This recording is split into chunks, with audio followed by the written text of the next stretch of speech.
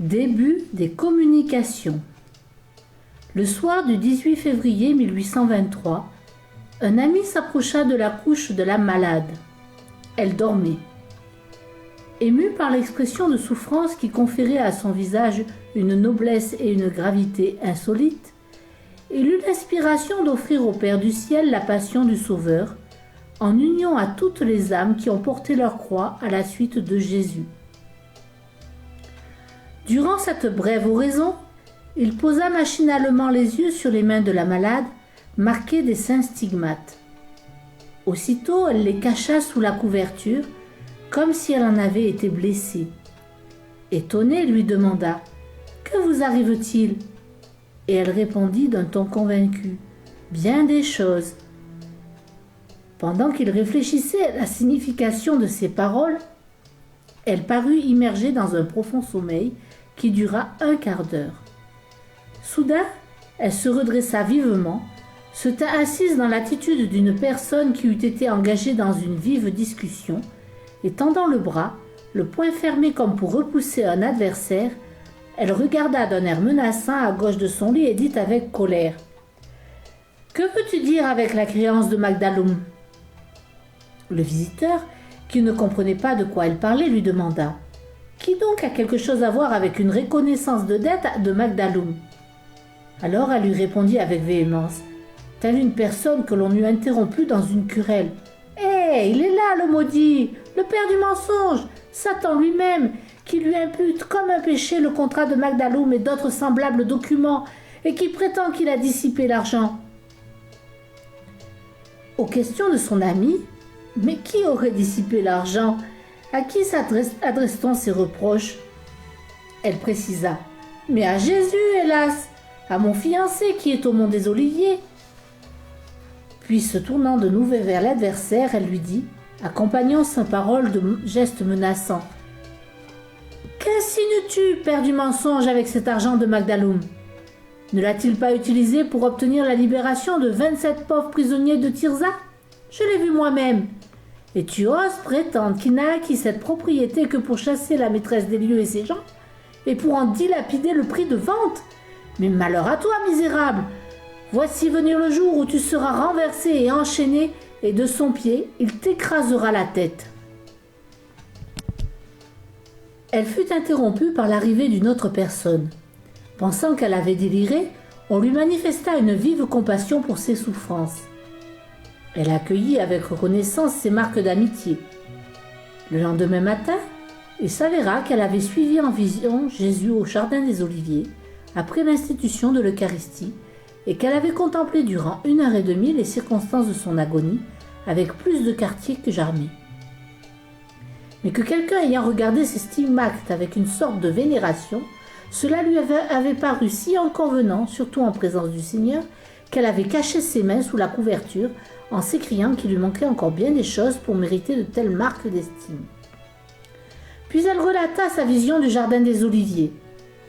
Ces communications se poursuivirent de jour en jour, constituant les visions de la Passion réunies ci-après.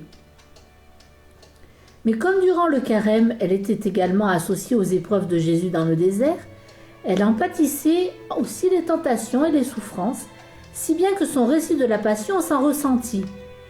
Il présentait quelques lacunes qui furent aisément palliées par le récit qu'elle avait fait des méditations antérieures et par les lumières qu'elle recevait chaque jour sur la Passion de Jésus.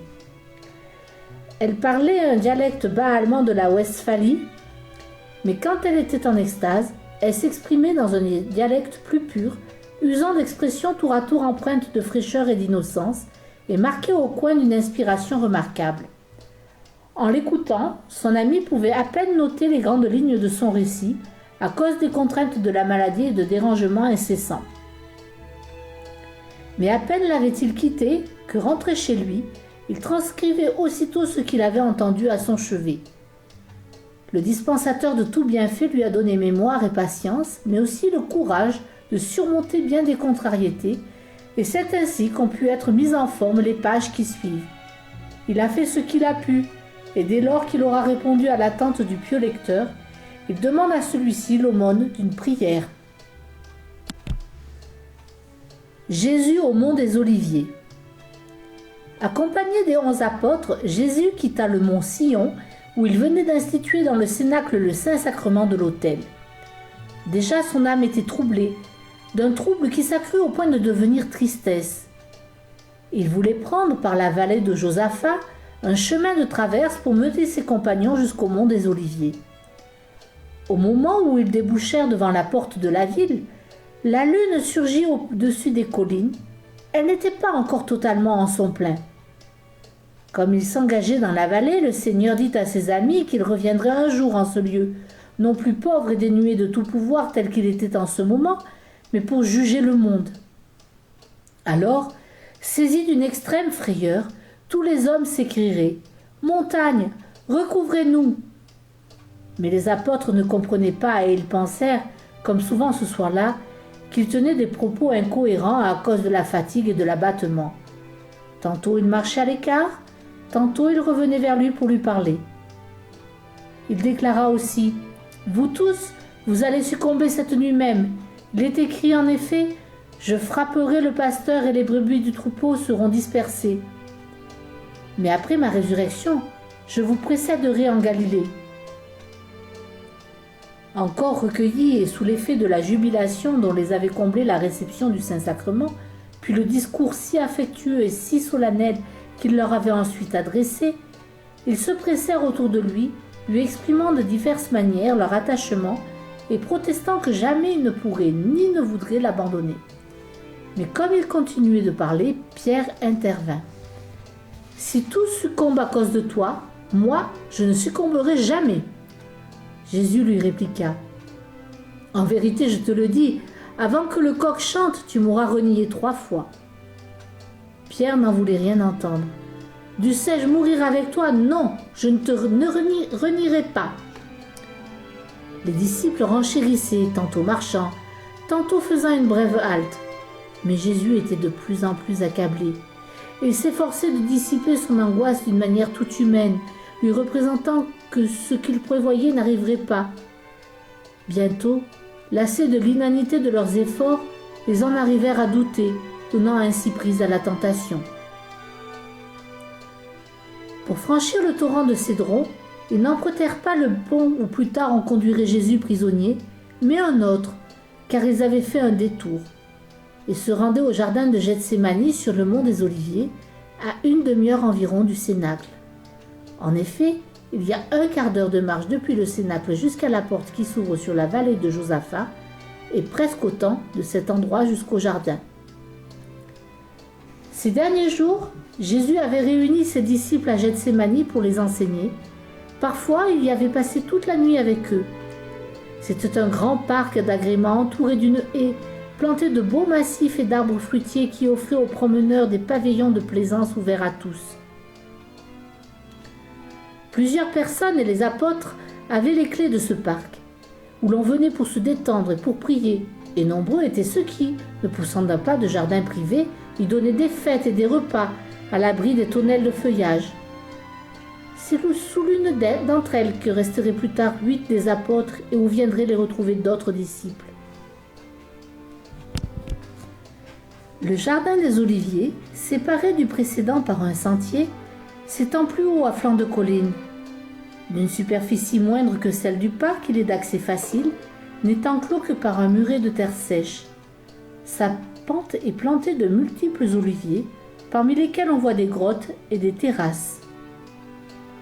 Dans sa partie la plus soignée ont été aménagés autour de grottes spacieuses et fraîches, des bancs de gazon et des sièges bien entretenus. Quiconque le souhaite peut y trouver un endroit propice à la prière et à la méditation.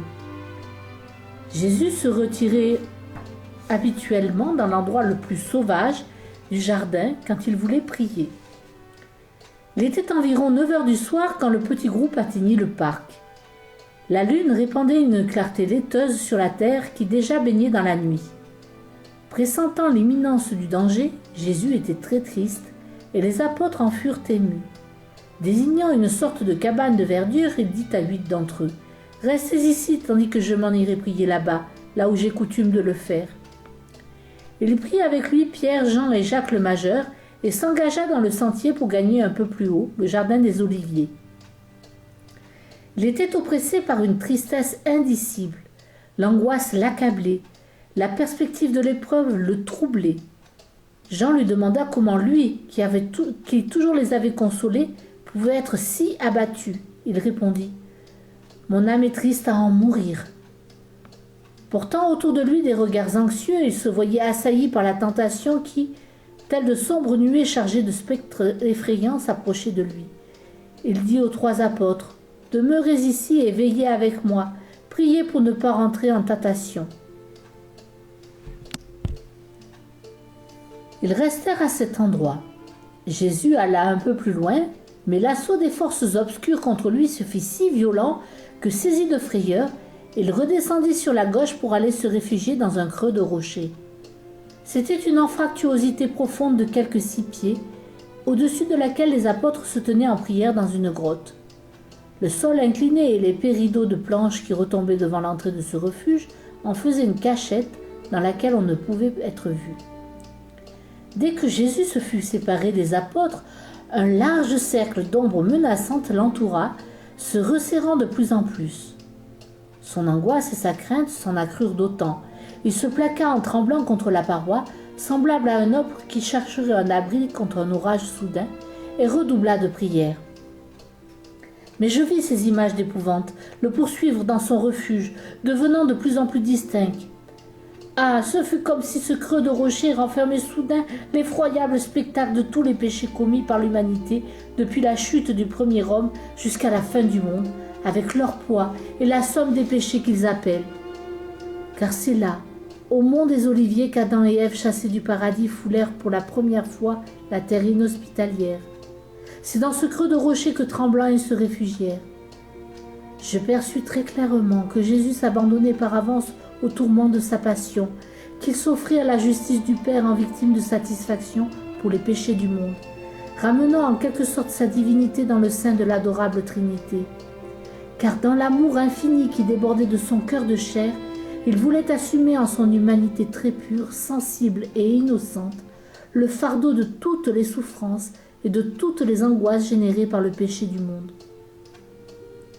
Il voulait satisfaire non seulement pour les fautes commises, mais encore pour la racine même du mal, pour les inclinations mauvaises, aussi pour dans l'excès de sa miséricorde, nous ouvrit-il son cœur à nous pécheurs, afin qu'il prit racine le germe des expiations purificatrices et peines salvatrices, destinées à s'épanouir en un arbre de douleur dont les 1000 branches pénétraient tous les membres de son cœur et toutes les puissances de son âme, jusqu'à les saturer de l'infinie souffrance qu'exigeait la satisfaction de nos péchés infinis. Ainsi, laissé au sentiment de sa seule humanité, Jésus fut submergé par une tristesse et une angoisse indicibles. Il tomba la face contre terre pour adorer Dieu. Il perçut alors en d'innombrables visions la somme de tous les péchés du monde, leur horreur. Prenant sur lui ce fardeau, il s'offrit dans la prière à la justice de son Père du ciel pour en payer l'effroyable dette. Mais Satan s'agitait au sein de ses abominations avec un rire infernal. Il déployait sous les yeux de Jésus la fresque toujours plus horrible des péchés du monde et, redoublant de fureur, ne cessait de le harceler en sans cette humanité. Comment donc? Cela aussi tu le prendrais sur toi? Pour ces crimes aussi tu prétends expier? Comment penses-tu être en mesure de satisfaire pour tant de péchés? Alors, d'un point du ciel situé vers le nord-est, je vis descendre jusqu'à Jésus un mince ray de lumière dans lequel apparut un cortège d'anges resplendissants de force qui vinrent lui prodiguer consolation et réconfort. Le reste de la grotte était rempli des effrayants fantasmes du péché, d'où surgissaient sans cesse de mauvais esprits qui s'acharnaient contre le Sauveur, le tourmentant de leurs assauts et de leurs insultes. Jésus prit sur lui l'épreuve, et en son cœur, qui aimait profondément et parfaitement le Dieu unique et les hommes, il fut déchiré par une infinie douleur au spectacle de ce champ de ruines. Hélas, je vis alors tant d'horreurs qu'une année entière ne me suffirait pas à les raconter. Cette masse de forfaits submergea l'âme de Jésus tel un océan pestilentiel, et il s'offrit à son Père en victime d'expiation pour les péchés du monde, prêts à assumer les peines et les châtiments qu'ils appelaient. Alors, comme jadis dans le désert, Satan souleva contre lui une tempête de tentation. Avec une impudence infernale, il déroula sous ses yeux les griefs les plus imaginaires, lui imputant des fautes de ses disciples, le scandale dont ils auraient donné le spectacle, le trouble et le désordre que lui-même avait répandu dans le monde en renonçant aux rites et aux usages antiques. Il argumentait en toutes ces choses comme le plus roué des pharisiens, l'accusant d'être la cause du massacre des innocents par le roi Hérode, des dangers qu'avaient affrontés ses parents lors de la fuite en Égypte, de la détresse qu'ils avaient connue dans ce pays. Il lui reprocha de n'être pas intervenu pour sauver Jean-Baptiste de la mort, d'avoir désuni des familles et pris sous sa protection des gens de peu, de n'avoir pas guéri certains malades, d'avoir causé du tort aux Géraséniens, en permettant aux possédés de renverser leurs cuves et en précipitant leurs troupeaux de porcs dans la mer.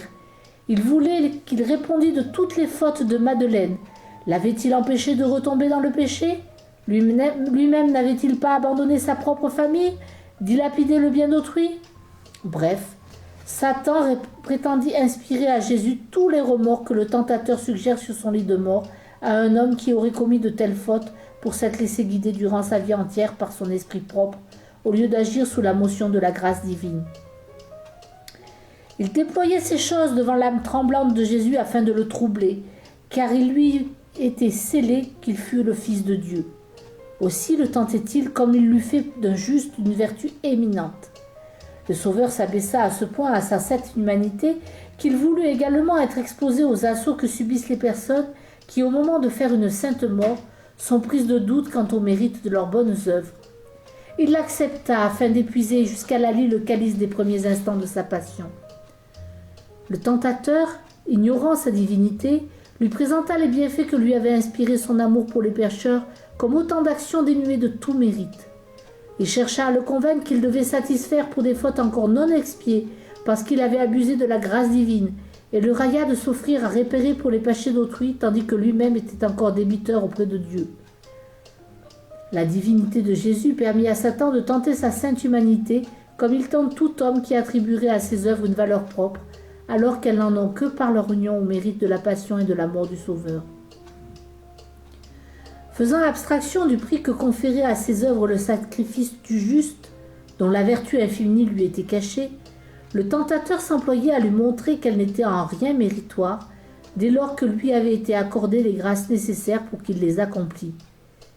Et pour chacune d'elles, il lui mettait sous les yeux un contrat sur lequel étaient inscrites, comme autant de dettes, lui sifflant « Pour telle et telle action, tu es encore redevable à Dieu. » Finalement, il déroula un document attestant que Jésus avait reçu de Lazare le prix de vente de la propriété de Madeleine à Magdalone et qu'il l'avait utilisé librement. « Comment as-tu osé disposer du bien d'autrui et causer un tel tort à cette famille ?»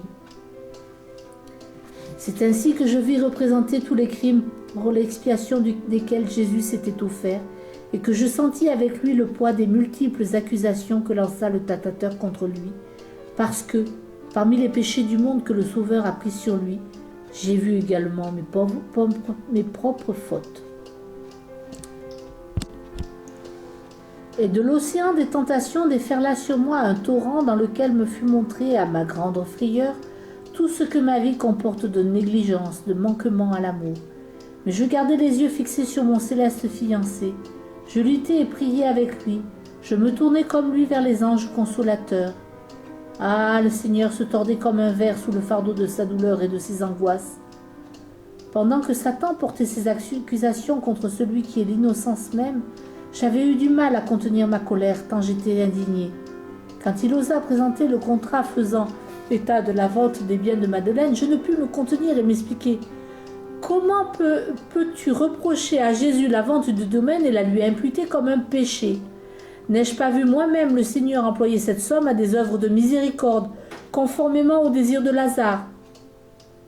Ne l'ai-je pas vu acheter la libération de 27 pauvres hères emprisonnés pour dettes et abandonnés de tous? Ne les ai-je pas vus eux-mêmes sortir de la prison de Tirza? Au début, Jésus était agenouillé sereinement en prière, mais son âme fut si horrifiée à la vue des innombrables péchés des hommes et de leur ingratitude envers Dieu, que la douleur et l'angoisse s'abattirent sur lui brutalement et qu'il s'écria en frémissant: « Abba, Père, s'il est possible que cette coupe passe loin de moi, cependant non pas comme je veux, mais comme tu veux. » Or, sa volonté et celle du Père ne faisaient qu'une. Mais lui, ramené par amour à la faiblesse de la condition humaine, frémit à la perspective de la mort. Je vis autour de lui la grotte emplie de formes effrayantes qui le cernaient, symbole de tous les péchés, crimes, vices et tourments issus de notre malice et de notre ingratitude. Et la peur de la mort, cette crainte si humaine, l'étreignit à la perspective d'assumer l'ampleur de telles réparations. Je vis les tentations s'approcher de lui, l'environner et l'oppresser, tels des spectres hideux. Il tomba et se tordit les mains, en proie à une angoisse qui le trempa d'une abondante sueur. Il frissonnait. Chancelant, il tenta de se relever, mais ses genoux se dérobèrent et, incapable de se soutenir, il resta à terre, défait, méconnaissable, les lèvres exsangues, les cheveux dressés sur la tête. Il était environ 22h30, quand enfin, titubant et baignant de sueur, il se traîna plus qu'il ne marcha vers les 3 apôtres. Il monta à gauche de la grotte jusqu'à une plateforme sur laquelle il s'était endormi, recrus d'inquiétude, de tristesse et de fatigue, couchés les uns contre les autres, appuyés encore sur leurs bras. Jésus s'approcha d'eux, non seulement comme un homme angoissé que la crainte pousse vers ses amis, mais encore comme le bon pasteur qui, lui-même bouleversé au plus haut point, n'en est pas moins attentif aux dangers qui guettent son troupeau. Il savait qu'eux aussi étaient remplis d'effroi, exposés à la tentation. Je vis que même durant ce trajet si bref pourtant, les fantasmes les plus hideux ne cessèrent de l'assaillir. Quand il les vit endormis, il joignit les mains et tombant auprès d'eux, il murmura: « Simon, dors-tu » À ces mots, ils s'éveillèrent, levèrent la tête. Dans sa détresse, il leur dit: « Ainsi, vous n'avez pas eu la force de veiller 1 heure avec moi ?» Blême, le visage défait, les traits altérés, trempés de sueur, il était secoué de frissons et chancelé. Il leur parlait d'une voix sourde, presque éteinte. Le voyant dans cet état, ils ne surent vraiment plus que penser, et n'eût été la lumière qui en permanence émanait de sa personne, jamais il ne l'aurait reconnu. Jean lui demanda: « Maître, que t'arrive-t-il ? Dois-je appeler les autres ? Faut-il fuir ?» Jésus soupira. « Quand bien même je vivrai encore 33 ans, consacrant tout le temps à enseigner et à guérir, cela ne suffirait pas pour faire ce que je dois accomplir d'ici à demain. N'appelle pas les 8 autres. J'ai voulu qu'ils restent à l'écart parce qu'ils ne pourraient pas me voir dans cette détresse sans se scandaliser. Ils oublieraient bien des choses et iraient même jusqu'à douter de moi. Pour vous 3, qui avez vu le Fils de l'homme dans la gloire de la transfiguration, vous devez être capables de le voir dans les ténèbres de la déréliction. Veillez et priez pour ne pas entrer en tentation. L'esprit est ardent, mais la chair est faible. » Il disait cela pour eux et pour lui-même. Il voulait les encourager à persévérer, mais aussi leur faire connaître le combat qu'allait livrer sa nature humaine contre la mort et la cause de l'angoisse qui l'oppressait à cette heure. Toujours accablé de tristesse, il leur parla longuement, ne les quitta qu'au bout d'un quart d'heure. Quand il retourna vers la grotte, sa détresse s'était encore accrue et le voyant s'éloigner, ils tendirent les mains vers lui, pleurant et tombant dans les bras les uns des autres. Ils se demandaient: qu'y a-t-il ? Que lui arrive-t-il ? Il est complètement abandonné. Alors, en proie eux-mêmes à un grand trouble, ils se couvrirent la tête et se mirent en prière. Depuis que Jésus avait trouvé refuge dans le creux du rocher, 1 demi-heure environ s'était écoulée. Il est vrai que l'Écriture dit: « Vous n'avez pas eu la force de prier 1 heure avec moi », mais cela ne doit pas être pris à la lettre. Les 3 apôtres que Jésus avait gardés avec lui, après avoir commencé à prier, s'étaient endormis, parce que leur supposition les avait induits en tentation. Les 8 autres, en revanche, restés à l'entrée du jardin, n'avaient pas cédé au sommeil. La tristesse de Jésus, si sensible dans toutes ses paroles durant la soirée écoulée, les avait inquiétés au plus haut point. Et ils parcouraient le mont des Oliviers pour y trouver un endroit où ils seraient à l'abri du danger. Durant cette soirée, Jérusalem était très calme. Les Juifs retirés chez eux s'occupaient aux préparatifs de la fête.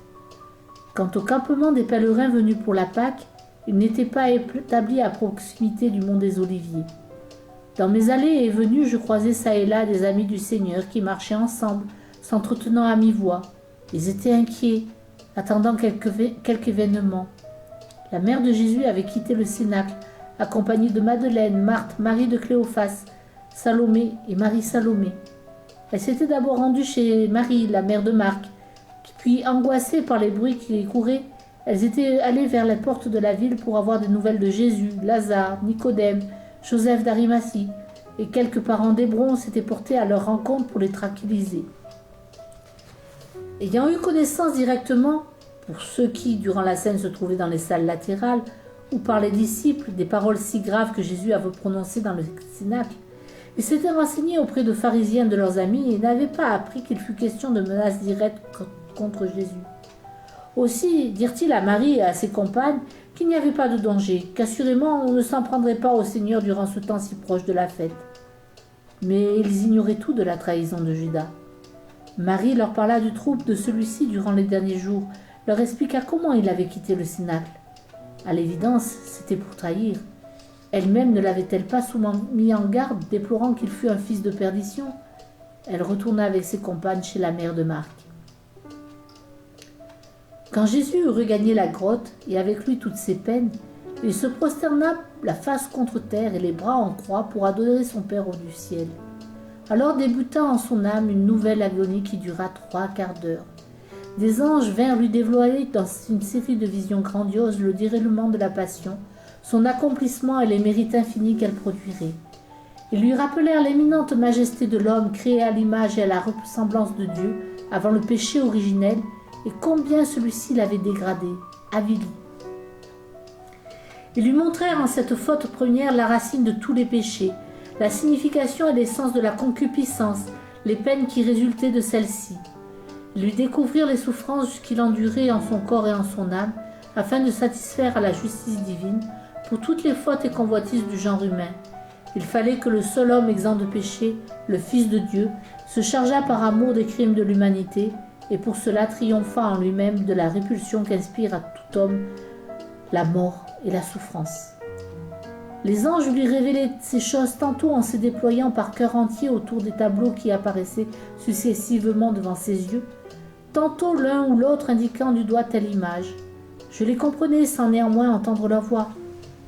Nulle langue humaine ne saurait exprimer l'effroi et la douleur qui emplirent l'âme de Jésus à la vue des souffrances réparatrices qu'il serait amené à subir.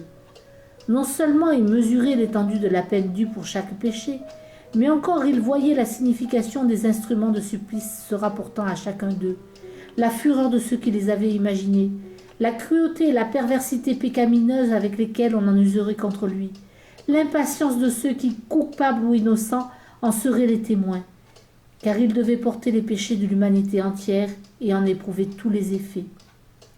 En voyant des yeux de l'âme cette somme de tourments et de crimes, il fut saisi d'une telle horreur qu'une sueur de sang se mit à couler de son corps.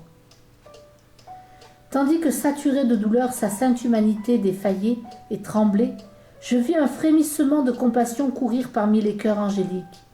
Il se fit un bref silence.